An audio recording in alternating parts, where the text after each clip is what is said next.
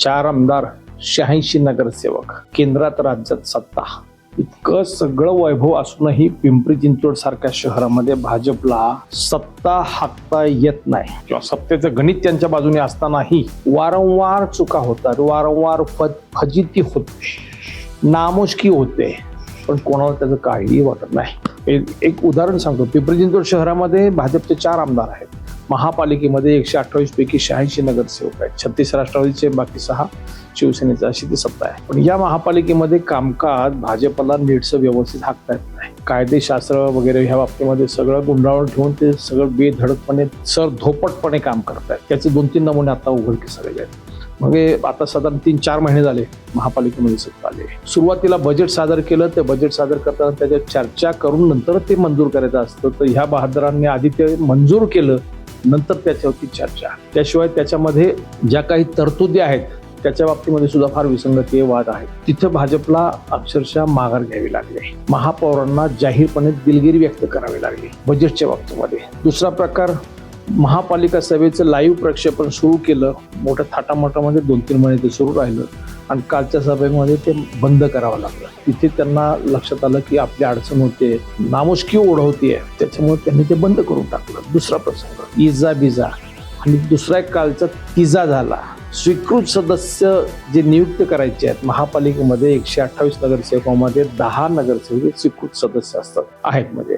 तर त्या स्वीकृत सदस्यांच्या नियुक्तीमध्ये अद्यापपर्यंत भाजपला नावं निश्चित करता आली नाही. राष्ट्रवादी काँग्रेसने त्याच्यामध्ये 3 नावं निश्चित केली. ती नावांचे ते अर्जही दाखल केले. ते अर्ज छाननी झाली, ते वैध झाले. महापालिकेच्या विषयपत्रामध्ये त्यांची नावं पण आली. सीमा सावळे, राजेंद्र जगताप आणि फजल शेख ही 3 नावं त्याच्यामध्ये फायनल झाली. परंतु भाजपला त्यांची 7 नावं त्याच्यामध्ये देता आली नाही शेवटपर्यंत. त्याच्यामुळे कालच्या सभेमध्ये त्यांना अक्षरशः तो जो प्रस्ताव होता तो दप्तरी दाखल केला.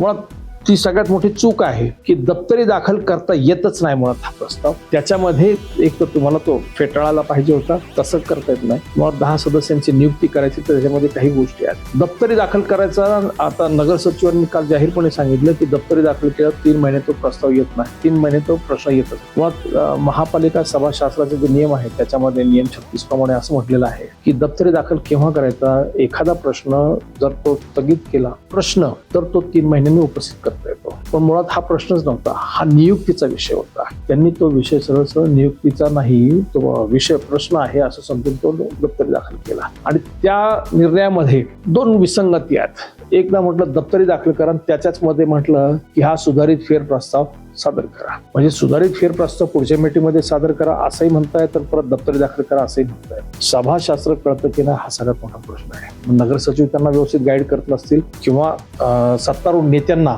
आणि महापौरांना सभाशास्त्र माहीत नसावं किंवा कामकाजाचे नियम माहिती नसावे, तिथेही परत भाजपची फटफजिती झाली. म्हणजे याच्यामध्ये जो विषय झालेला आहे, महत्वाचा विषय कालच्या याच्यामध्ये स्वीकृत सदस्यांचा, 4 महिन्यामध्ये भाजपला त्यांच्या 7 सदस्यांची नावं देता आली नाहीत. जवळपास 80 लोकांनी भाजपकडे इच्छा व्यक्त केली आहे की आम्हाला स्वीकृत सदस्य म्हणून महापालिका सभेत यायचं आहे. निष्ठावंत गट आहेत, जे पराभूत झालेले ते आहेत, बाकी ज्यांनी निवडणुकीत कामकाज केलेलं आहे त्यांनाही वाटतं आपण स्वीकृत सदस्य म्हणून महापालिका सभेत जावं. स्वीकृत सदस्यांचे एक नियम निकष आहेत त्याच्यामध्ये की तज्ज्ञ असला पाहिजे, तो कोणत्या तरी एखाद्या संस्थेमध्ये त्याचा 5 वर्षाचा अनुभव पाहिजे.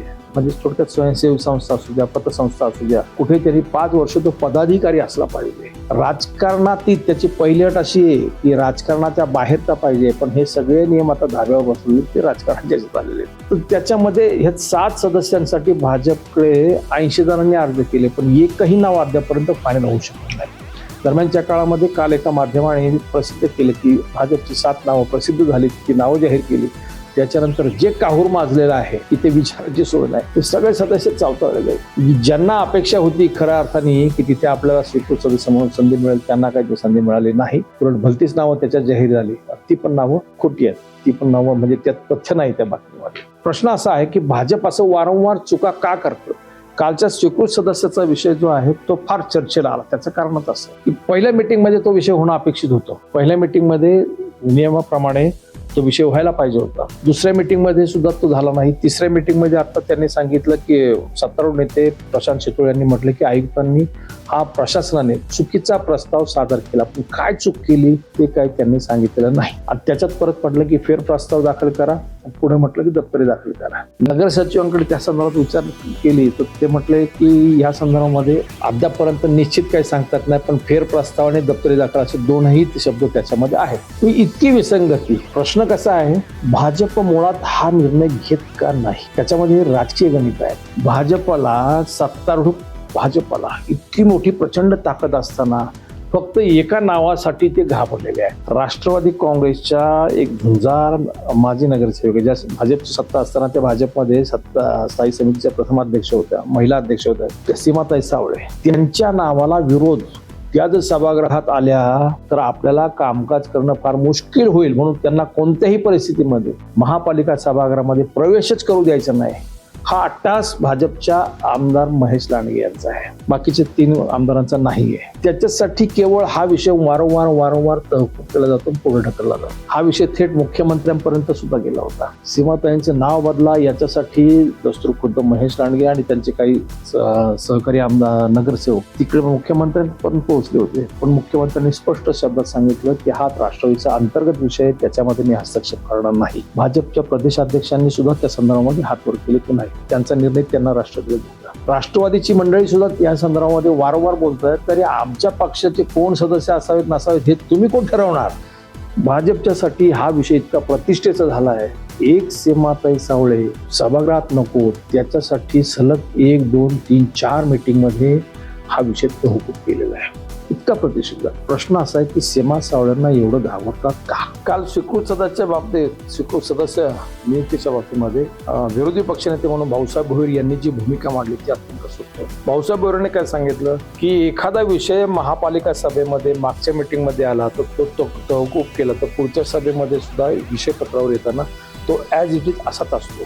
प्रत्यक्षामध्ये स्वीकृत सदस्याचा जो विषय आहे तो पहिल्या मीटिंगमध्ये नावानिशी राष्ट्रवादीच्या 3 नावानिशी आला होता. नंतरच्या मीटिंगमध्ये ती नावं काढून तो विषय आला. ही कुठली पद्धत? नावाला एवढा विरोध का? इतकंच नाही, भाऊसाहेब भोईरांनी सांगितलं की किमान तुमची 7 नावं येत नसतील किंवा तुम्हाला ते जमत नसेल तर आमची राष्ट्रवादीची 3 नावं तरी तुम्ही जाहीर करा. तिथे भाजपची कोंडी झाली. म्हणजे भाऊसाहेबांनी तर हे सांगितलं की आम्हाला काय किम जोगला आता आणायचं का इथं सदस्य म्हणून, या इतका विरोध का? त्यांनी फार सुंदरपणे व्यवस्थित ती मांडणी केली. योगेश बहल माजी महापौर जे 7 नगरसेवक, त्यांनी सुद्धा ह्या विषयावरती भाजपची कोंडी केली, परंतु त्याच्यात सत्तारूढ भाजपला काहीही उत्तर देता आलं नाही. ही त्यांची नामोशकी आहे. ज्येष्ठ सामाजिक कार्यकर्ते मानव कांबळे यांनी आज त्यांचं एक ट्विट केलेलं आहे या संदर्भामध्ये की एका सीमा सावळ्यांना एवढं भाजप घाबरतं का? त्यात कारणच तसं आहे की त्यांना सभाशास्त्र माहिती आहेत, त्यांना कायदे माहिती आहेत आणि प्रत्येक विषयावरती ज्या पद्धतीने मुद्देसूद त्या सभागृहामध्ये बोलतात, तुटून पडतात. आणि एखादा चुकीचा निर्णय असेल तर त्या बाबतीमध्ये ते सभागृहामध्ये ज्या पद्धतीने भाषण करतात, सत्तारूढ पक्षाला कोंडीत पकडतात, ते सत्तारूढ पक्षाला नको आहे. थोडक्यात भ्रष्टाचाराची कोणतीही प्रकरणं असतील तर ती उघडकीस येतील. 4 वर्ष प्रशासकीय राजवट होती. या राजवटीमध्ये जी की धुवाधार बॅटिंग झालेली आहे अप्रत्यक्षित भाजपची. जर सीमा सावळे सभागृहात आल्या तर 4 वर्षाच्या प्रशासकीय राजवटीमधला भ्रष्टाचार सगळा उघडकीस येईल. तिथे भाजपची नाचक्की होईल, म्हणून सुद्धा ते घाबरत आहेत. म्हणजे एकीकडे लोकसभेमध्ये महिला विधेयक नामंजूर आलं, फेटाळलं म्हणून भाजपने आकांड तांडव केला आणि महिलांवरती अन्याय झाला वगैरे वगैरे म्हणून संपूर्ण देश पातळीवरती राहते. आणि इथे मात्र एकच प्रश्न आहे, एक महिला राष्ट्रवादी काँग्रेसच्या वतीने स्वीकृत सदस्य म्हणून सभागृहात येऊ पाहते तर ती येऊच नाही, याच्यासाठी सगळा हा आटापिट्टा, याच्यासाठी हे सगळं उद्योग चाललेला आहे. हे पाहिल्यावर सगळ्यांना आश्चर्य वाटतं. एक नारी सब पे भारी असा तो सगळा प्रकार झालेला आहे. आणि भाजपची एवढी मोठी ताकद असताना फक्त सीमा सावळ्यांना घाबरतात का स्वीकृत सदस्याच्या बाबतीमध्ये? त्याच्यासाठी हे सगळं रामायण घडते. पण ह्याच्यामध्ये एक महत्वाचं लक्षात घ्या, भाजपचे 80 इच्छुक जे स्वीकृत सदस्य पदासाठी यायचे ते सुद्धा फार नाराज झालेले आहेत. त्यांच्यामध्ये असंतोष आहे. त्यांनी आता एक स्वतंत्र समिती तयार केली, त्यांनी एक बैठका घेतलेल्या आहेत, त्यांनी या बाबतीमध्ये उठाव करायची तयारी सुरू केली आहे.